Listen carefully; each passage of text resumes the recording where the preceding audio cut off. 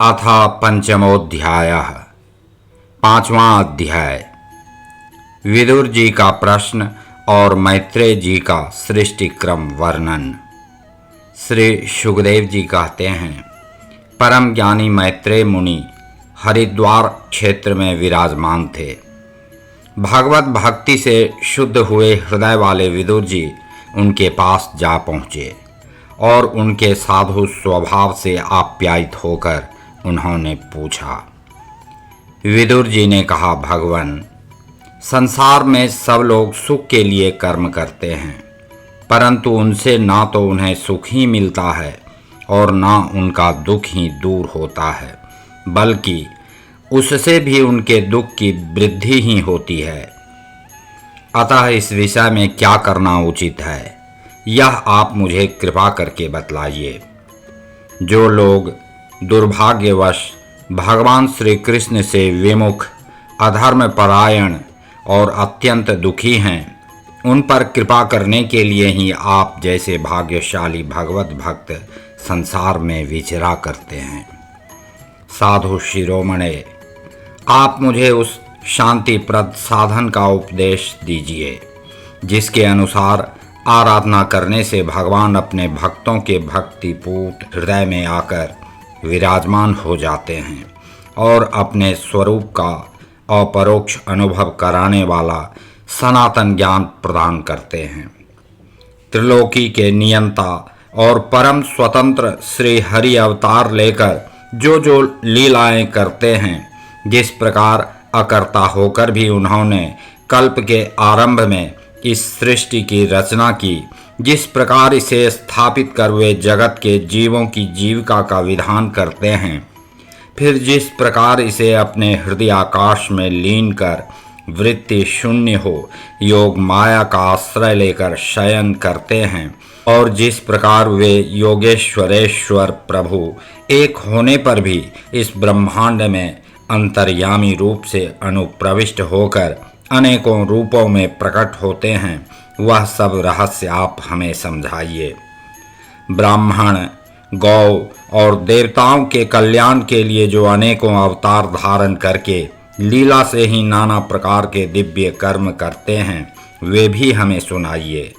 यशस्वियों के मुकुटमणि श्री हरि के लीला अमृत का पान करते करते हमारा मन तृप्त नहीं होता। हमें यह भी सुनाइए कि उन समस्त लोकपतियों के स्वामी श्री हरि ने इन लोकों, लोकपालों और लोकालोक पर्वत से बाहर के भागों को, जिनमें ये सब प्रकार के प्राणियों के अधिकारानुसार भिन्न भिन्न भेद प्रतीत हो रहे हैं, किन तत्वों से रचा है। द्विजवर, उन विश्वकर्ता स्वयंभूत श्री नारायण ने अपनी प्रजा के स्वभाव, कर्म, रूप और नामों के भेद की किस प्रकार रचना की है। भगवान, मैंने श्री व्यास जी के मुख से ऊंच नीच वर्णों के धर्म तो कई बार सुने हैं, किंतु अब श्री कृष्ण कथामृत के प्रवाह को छोड़कर अन्य स्वल्प सुखदायक धर्मों से मेरा चित्त ऊब गया है। उन तीर्थपाद श्री हरि के गुणानुवाद से तृप्त हो भी कौन सकता है। उनका तो नारदादि महात्मा गण भी आप जैसे साधुओं के समाज में कीर्तन करते हैं, तथा जब ये मनुष्यों के कर्ण रंध्रों में प्रवेश करते हैं, तब उनकी संसार चक्र में डालने वाली घर गृहस्थी की आसक्ति को काट डालते हैं। भगवान, आपके सखा मुनिवर कृष्ण द्वैपायन ने भी भगवान के गुणों का वर्णन करने की इच्छा से ही महाभारत रचा है। उसमें भी विषय सुखों का उल्लेख करते हुए मनुष्यों की बुद्धि को भगवान की कथाओं की ओर लगाने का ही प्रयत्न किया गया है। यह भगवत कथा की रुचि श्रद्धालु पुरुष के हृदय में जब बढ़ने लगती है, तब अन्य विषयों से उसे विरक्त कर देती है। वह भगवत चरणों के निरंतर चिंतन से आनंद मग्न हो जाता है और उस पुरुष के सभी दुखों का तत्काल अंत हो जाता है। मुझे तो उन शोचनीयों के भी शोचनीय अज्ञानी पुरुषों के लिए निरंतर खेद रहता है, जो अपने पिछले पापों के कारण श्री हरि की कथाओं से विमुख रहते हैं। हाय, काल भगवान उनके अमूल्य जीवन को काट रहे हैं और वे वाणी, देह और मन से व्यर्थ वाद विवाद, व्यर्थ चेष्टा और व्यर्थ चिंतन में लगे रहते हैं। मैत्रेय जी, आप दीनों पर कृपा करने वाले हैं, अतः भौरा जैसे फूलों में से रस निकाल लेता है, उसी प्रकार इन लौकिक कथाओं में से इनकी सारभूता परम कल्याणकारी पवित्र कीर्ति श्री हरि की कथाएं छांटकर हमारे कल्याण के लिए सुनाइए।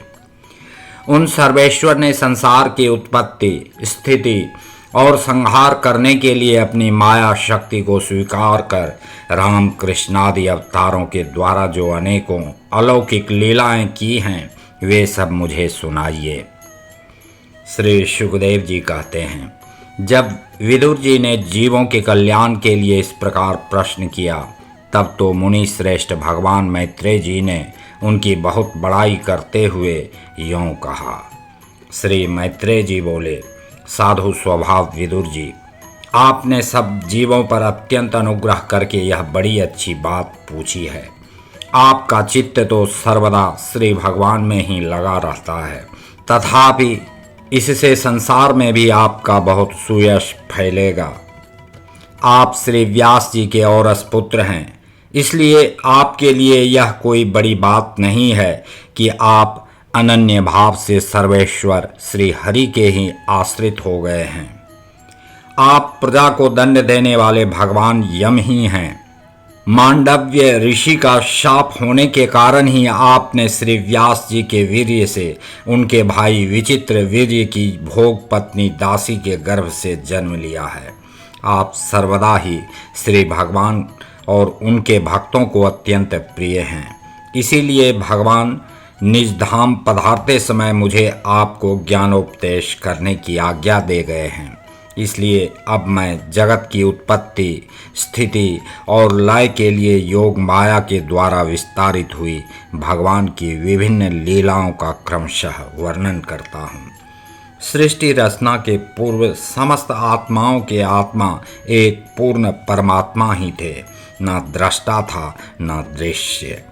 सृष्टि काल में अनेक वृत्तियों के भेद से जो अनेकता दिखाई पड़ती है, वह भी वही थे, क्योंकि उनकी इच्छा अकेले रहने की थी। वे ही दृष्टा होकर देखने लगे, परंतु उन्हें दृश्य दिखाई नहीं पड़ा, क्योंकि उस समय वे ही अद्वितीय रूप से प्रकाशित हो रहे थे। ऐसी अवस्था में वे अपने को असत के समान समझने लगे। वस्तुतः वे असत नहीं थे, क्योंकि उनकी शक्तियां ही सोई थीं, उनके ज्ञान का लोप नहीं हुआ था। यह दृष्टा और दृश्य का अनुसंधान करने वाली शक्ति ही कार्य कारण रूपा माया है। महाभाग विदुर जी, इस भावाभाव रूप अनिर्वचनीय माया के द्वारा ही भगवान ने इस विश्व का निर्माण किया है।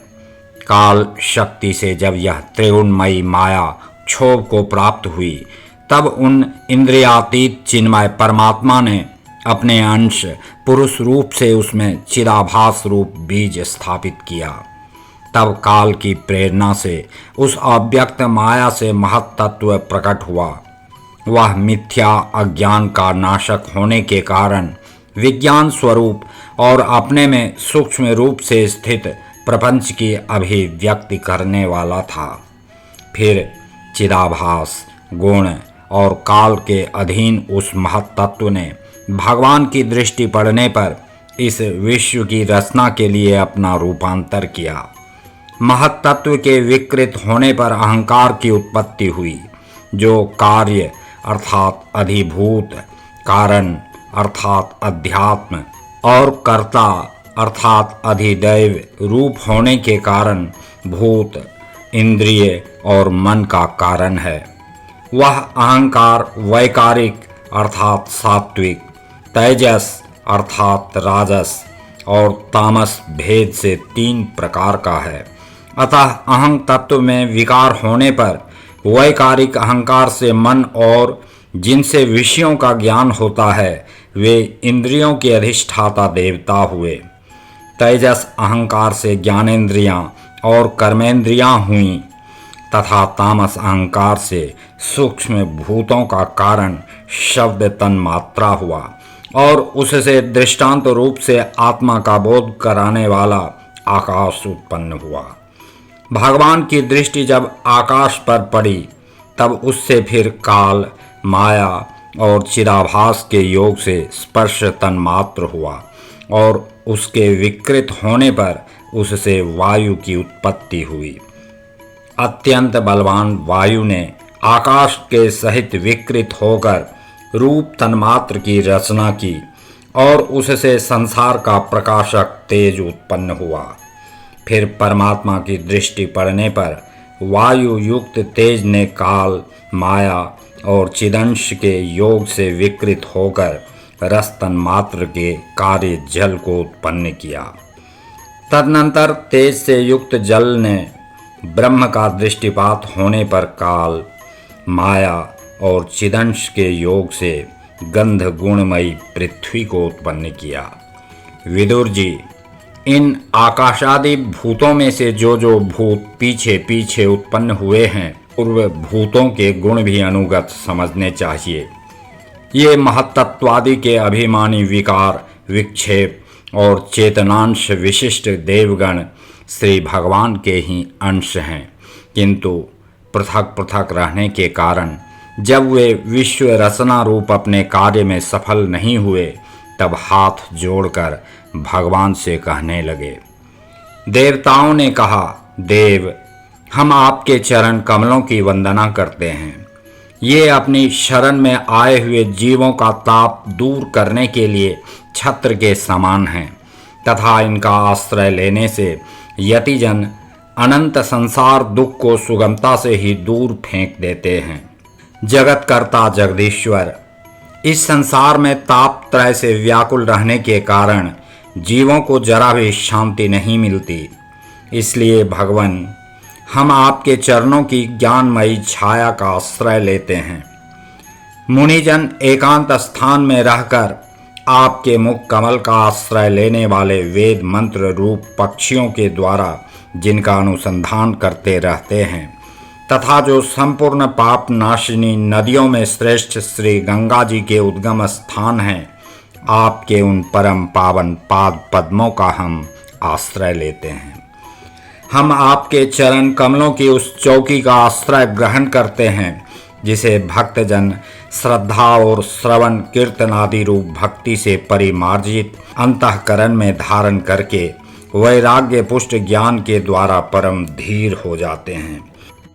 ईश, आप संसार की उत्पत्ति, स्थिति और संहार के लिए ही अवतार लेते हैं, अतः हम सब आपके उन चरण कमलों की शरण लेते हैं जो अपना स्मरण करने वाले भक्तजनों को अभय कर देते हैं। जिन पुरुषों का देह, गेह तथा उनसे संबंध रखने वाले अन्य तुच्छ पदार्थों में अहंता, ममता का दृढ़ दुराग्रह है, उनके शरीर में आपके अंतर्यामी रूप से रहने पर भी जो अत्यंत दूर हैं, उन्हीं आपके चरणार विंदों को हम भजते हैं।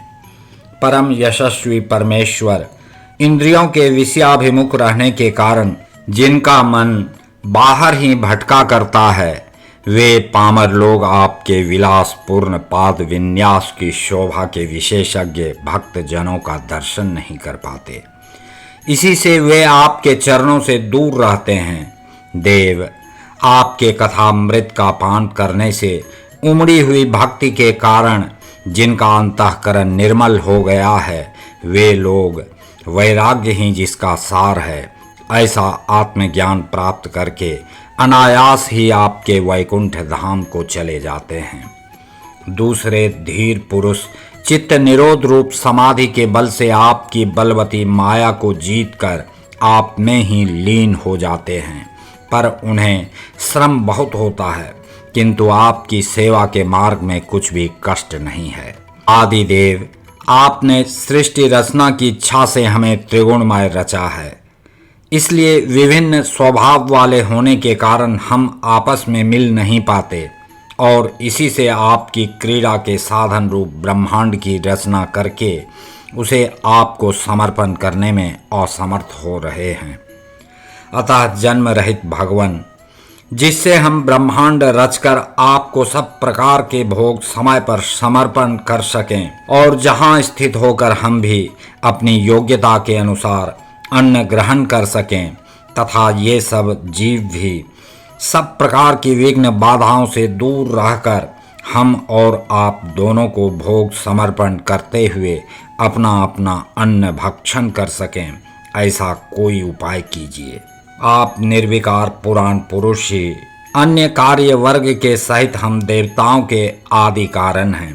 देव, पहले आप अजन्मा ही ने सत्वादि गुण और जन्मादि कर्मों की कारण रूपा माया शक्ति में चिराभास रूप वीर्य स्थापित किया था। परमात्म देव, महत्तत्वादि रूप हम देवगण जिस कार्य के लिए उत्पन्न हुए हैं उसके संबंध में हम क्या करें? देव, हम पर आप ही अनुग्रह करने वाले हैं, इसलिए ब्रह्मांड रचना के लिए आप हमें क्रिया शक्ति के सहित अपनी ज्ञान शक्ति भी प्रदान कीजिए।